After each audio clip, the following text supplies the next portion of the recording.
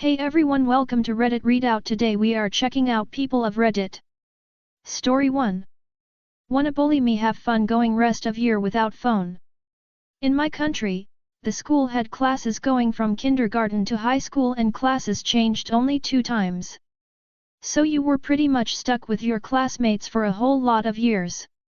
There was a B*TCH in my class. She was an annoying popular girl. We will call her S. So she often annoyed me by doing things like name calling and such. In HS the bullying was toned down as I was more social and just our previous class was more rowdy than the new one. So she could only annoy me by making dumb jokes about me. So, one day in class I heard that she and her BFY had phones. In our school phones were allowed but only if you submitted it to the teacher at start of the day. She and Y had however not submitted. So, one thing about me is I'm petty and my brother is the head boy of our school. So, I decided to tell him that they had phones in school. Comes last period, my brother walks in with a teacher and confiscates their phones. Now in our school if a phone is found on a student it is taken for rest of school year, which was like 8 months remaining at this point.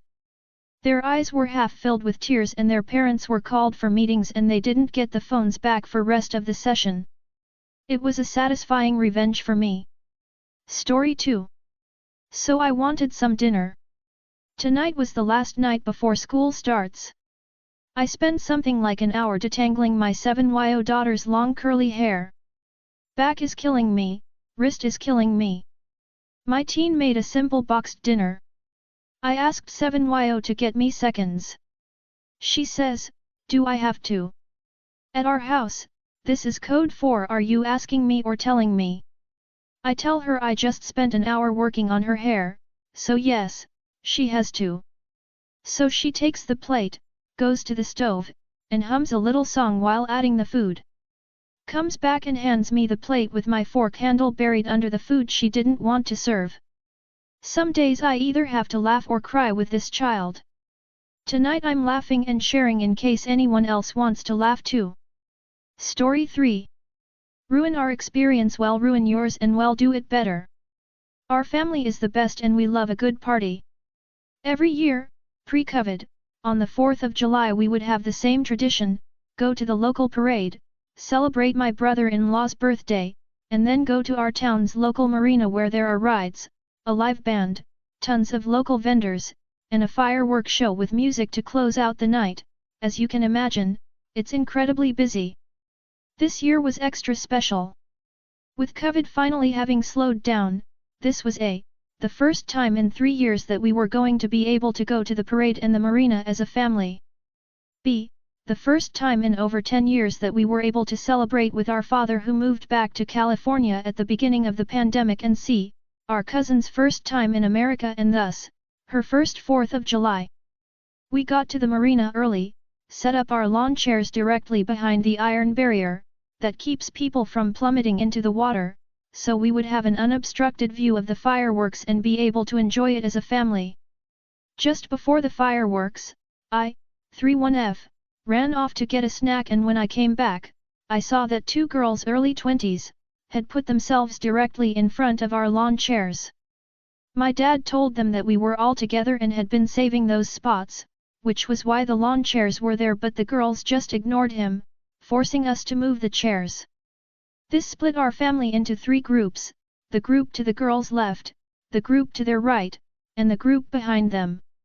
Now one thing to know is, God Bless the USA is our jam, and it just so happens to be the first song they play during the fireworks show. As soon as it started, my sister, 34F, brother, 41M, and I, the group standing behind the girls, began singing and swaying, arms draped over one another, playing air drums, and just being silly overall. Behind us, 2 tipsy girls, around 24, followed suit singing, and before long my sister had draped her arm over the girls and brought them into our group to create one long chain of loudly swaying bodies. It's important to note that our family does not drink alcohol and thus was completely sober during this interaction. We just wanted to be able to be weirdos together. They kept annoyingly glancing behind at us singing, at my dad who was to their left trying to interact with his grandchildren who were to their right, at the tipsy girls who were determined to be heard over the music, and they clearly regretted choosing that spot. We on the other hand had a great time. Story 4. My cheating mother likes to lie about me to potential partners and it backfires often. TL, drive at the end, but a quick backstory, sorry for formatting. My mother is a fucking cunt. Literally cheats on every man she's been with, has treated me, her oldest, she had 25 like a tool, against my father, since day one.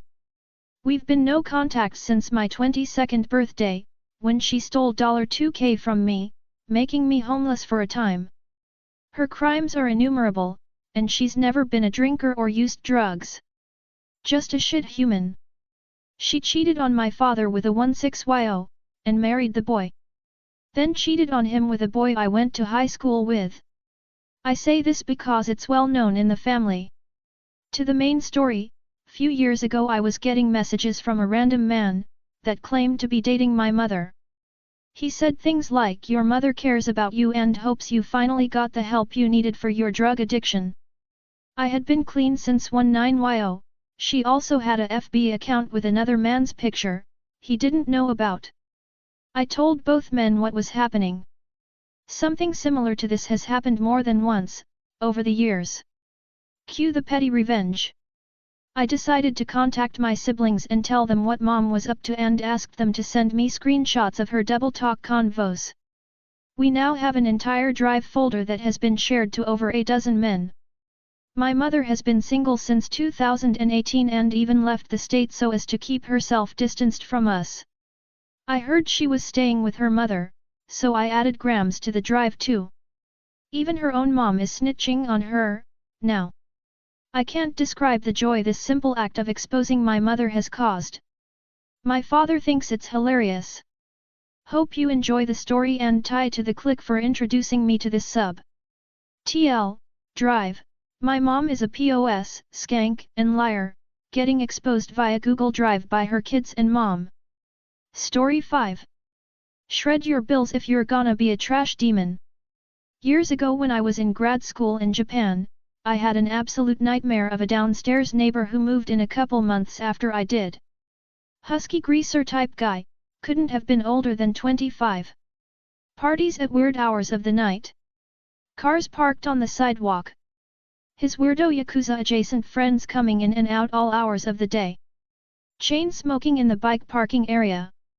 It was obvious the leasing office didn't care as long as his rent was paid, but the other residents and I were soon fed up. The most annoying part about this neighbor? He never sorted his trash, ever. In Japan, you are to separate all your trash by burnable/non-burnable/plastics/glass etc. before throwing it out on its respective day. This meant that his trash bags wouldn't get picked up on any of the collection days. Not only that, but he'd never take it back in to sort so it could be picked up. Kind of embarrassing when it happens, I get it, but you have to do it. So his bags would stay out there for days at a time. Eventually the crows in the area learned where to get their next meal, so May through September, no less than twice a week, usually on food waste/burnables day, there would be raw refuse strewn all across the sidewalk accompanied by a murder of fat crows on the power lines above. Who would pick up the mess? Not him. In fact, he would trudge in and out of his apartment through his own trash rather than pick it up or, at the very least, assist in helping clean up the sidewalk. We all tried to ignore it but eventually as it became a huge eyesore week after week, the neighbors and I took up the task of picking up and sorting everything. Worse still, none of the other residents wanted to confront him for fear of making a big deal out of it, not to mention no one could prove it was actually his garbage causing the problem. We all knew it was but we collectively lodged numerous complaints with the leasing office but they proved to be useless. But one morning while I was picking up cigarette butts, butane containers, frozen carriage bags and edamame skins, I noticed there was an open water bill statement in the lone pecked open bag on the sidewalk. To no one's surprise the name and address written on it was of the guy we all expected. So proceeded to I pick up/sort/bag his week's worth of trash, and duct taped each of the bags to his front door along with a strongly worded letter chucked into his mailbox. I happened to catch him a week later on collection day putting out his garbage how he was supposed to. Problem solved. Story 6. Be good to your children. Both my parents were pretty terrible. My dad cheated on my mom, so after 26 years together they ended up divorced. They hated each other by the time the divorce was final. My dad remarried and he and his new wife stayed married until he died in 2015. My mother also remarried and ended up passing away in 2019. I wasn't in contact with either of them at their time of respective passing, so I didn't take any personal belongings nor did I attend any funerals or celebration of life parties. Both of them were cremated. My mother was buried in a cemetery in a town about 45 minutes from the city I live in a plot near her relatives. She had the plot for many years. She was not buried with her husband. He had died a couple years before her and was buried in a different state. My dad was not buried, his cremains were with his wife. She ended up getting remarried and contacted me asking if I wanted some of his personal items, family things like pictures from my childhood, that my mother had told me were thrown out, old VHS tapes of family vacations, and random books, and his cremains. I said sure. I went and picked them up. I have been in therapy for a few years working through all the damage these two people have done to me from birth to around age 40. I have so many disturbing and horrible stories, the things I lived through a lot of people wouldn't. I decided to take my dad's cremains and spread them over my mother's gravesite so they could spend eternity together. They hated each other, but I hate them, and now I feel a little bit of justice has been served. Story 7. City wants to remove our residential-only parking and ticket us. As the title states, my childhood home's on-street private residential parking was taken away one day without notice, due to what should have been an obvious error. My parents had purchased a home in a growing downtown 20-plus years earlier, and the property was taxed on and included 3 on-street parking spaces. These were spaces the city had agreed to when they permitted 3 churches and a ton of small businesses around our home, making parking near our residence extremely limited. Our parking was on the side of our home on a cut-through street.